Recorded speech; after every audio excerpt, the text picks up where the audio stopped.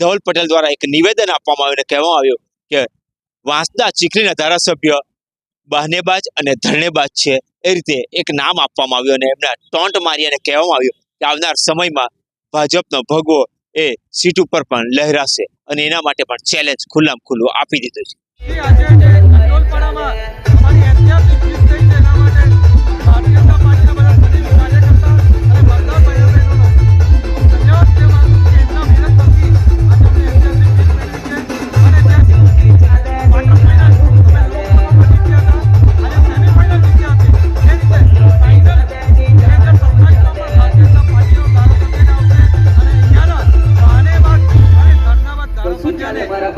હારનો સામનો 2027માં પણ કરવો પડશે.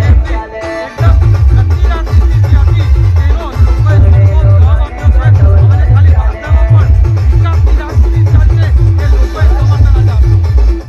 નમસ્કાર, હું છું સનફ આદિવાસી અને આજે પેટા ચૂંટણી અને નગરપાલિકાનું રિઝલ્ટ આવી ગયું છે અને પેટા ચૂંટણી અને નગરપાલિકાના રિઝલ્ટમાં ભગવો લહેરાયો છે બધી જ જગ્યાએ. ધરમપુરમાં 24માંથી 20 સીટ ભાજપની છે, જ્યારે કોંગ્રેસને એક પણ સીટ મળવામાં નથી આવી.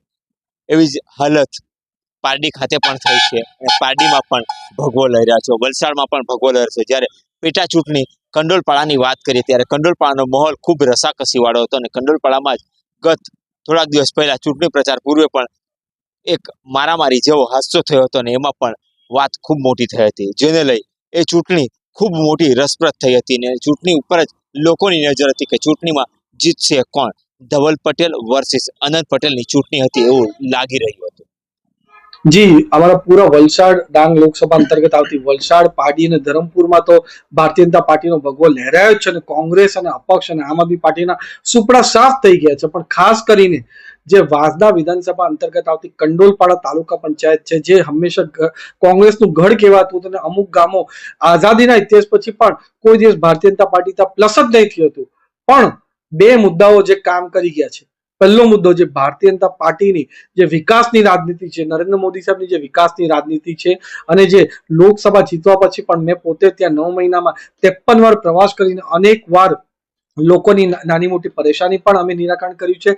સાથે વિકાસનો પણ બધા કામ કર્યા છે એટલે લોકોને વિશ્વાસ બેઠો છે. હું પોતે પણ વાંસદાનો જરી ગામનો રહેવાસી છું અને બીજી બાજુ કોંગ્રેસના જે ધારાસભ્ય છે એ બહાનેબાજ અને ધરનાબાજ ધારાસભ્યથી લોકોનો વિશ્વાસ ઉઠી ગયો છે. ખાલી બહાના બહાના અને બહાના અને ધરના ધરના ધરના એમાં જ એમની જિંદગી પતી ગઈ હતી ને લોકો હવે એમની પર જરાક પણ વિશ્વાસ નથી મૂકતા, કારણ કે વિકાસથી એ લોકોને વંચિત રાખે છે. એના માટે વાંસદાના લોકોએ એ કોંગ્રેસના ધારાસભ્ય અને કોંગ્રેસને મુંહતોડ જવાબ આપ્યો છે અને અમે પહેલા વલસાડ ડાંગ લોકસભામાં એ કોંગ્રેસના ધારાસભ્યને અમે ક્વાર્ટર ફાઇનલમાં હરાવ્યા. આજે સેમીફાઇનલમાં કંડોલ તાલુકા પંચાયતમાં પણ હરાવ્યા. ખાસ કરીને વાત કરું તો ઢોલુંબર, વાસ્કુઈ અને અમારી લીંબરપાડામાં આજ લગીને ભારતીય જનતા પાર્ટી કોઈ દિવસ પ્લસ નહીં થયું હતું આઝાદીના ઇતિહાસમાં. ત્યાં પણ ભારતીય જનતા પાર્ટી પ્લસ થયું છે અને 937 જેટલા મતથી અમે જીત્યા છે અને લોકસભામાં અમે 1600 મત પાછળ હતા, હમણાં 937 મત આગળ છે એટલે 2537 મત અમે છેલ્લા 9 મહિનામાં પ્લસ કર્યા છે. રિઝલ્ટનો દિવસ હતો, રિઝલ્ટ આવ્યું ત્યારે 835 મતથી ભાજપની વિન થઈ અને ભગવો લહેરાવા.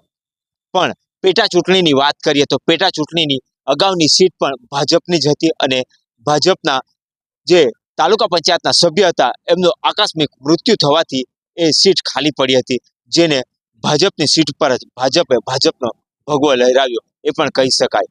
પણ ધવલ પટેલની જે મહેનત છે, જે કોંગ્રેસના ગઢમાં ગાબડું પાડ્યું છે, એ પણ કંઈક ઓછી મહેનત નથી. એ પણ ધવલ પટેલની મહેનત પણ ખૂબ રંગ લાવી છે એવું દેખાઈ રહ્યું છે અને ધવલ પટેલે ખુલ્લામ ખુલ્લો ચેલેન્જ આપ્યો છે ધારાસભ્ય અનંત પટેલને. કહેવામાં આવ્યું છે કે ક્વાર્ટર ફાઇનલ, સેમીફાઇનલ અને હવે ફાઇનલ લોકસભા, ફાઇનલ રાજ્યસભાની ચૂંટણી 2027માં થશે ત્યારે પણ ભાજપનો જ ધારાસભ્ય વાંસદા ચીખલીમાં આવશે, એ પણ એમણે ખુલ્લામ ખુલ્લી ચેલેન્જ આપી છે. અને જે રીતે દિલ્હીમાં અરવિંદ કેજરીવાલ બહાના ખાલી 11 વર્ષમાં બનાવી એને લોકોએ જાકારો આપ્યો છે, એ રીતે કાઉન્ટડાઉન ચાલુ થઈ ગયું છે. આજે અમે સેમીફાઇનલ જીતી ગયા છે. વાંસદાના લોકો પણ ભારતીય જનતા પાર્ટીનો ધારાસભ્ય જ 2027માં જીતાવશે અને બહાનેબાજ અને ધરનાબાજ ધારાસભ્યને એકદમ કરારી હાર વાંસદામાં 2027માં મળવાની છે. એના માટે અમે જી તોડ બધી મહેનત કરવાના છે અને આજે તમારા થકી હું ચેલેન્જ વાંસદાના ધારાસભ્યને ફેંકું છું કે જેમ વલસાડમાં વોર્ડ નંબર 3 અને 4માં કોંગ્રેસને મેં ચેલેન્જ ફેંકી હતી કે ત્યાં ધુરંધર ગિરીશભાઈ દેસાઈ હોય કે બીજા બધા ધુરંધરને અમે હરાવશું, આજે હરાવીને બતાવ્યું છે. એ રીતે વાંસદામાં પણ આજે હું ચેલેન્જ ફેંકું છું ત્યાંના ધારાસભ્યને કે વાંસદામાં પણ ભારતીય જનતા પાર્ટીનો જ ધારાસભ્ય આવશે અને એમને કારમી હારનો સ્વાદ અમે ચખાડશું. ધન્યવાદ.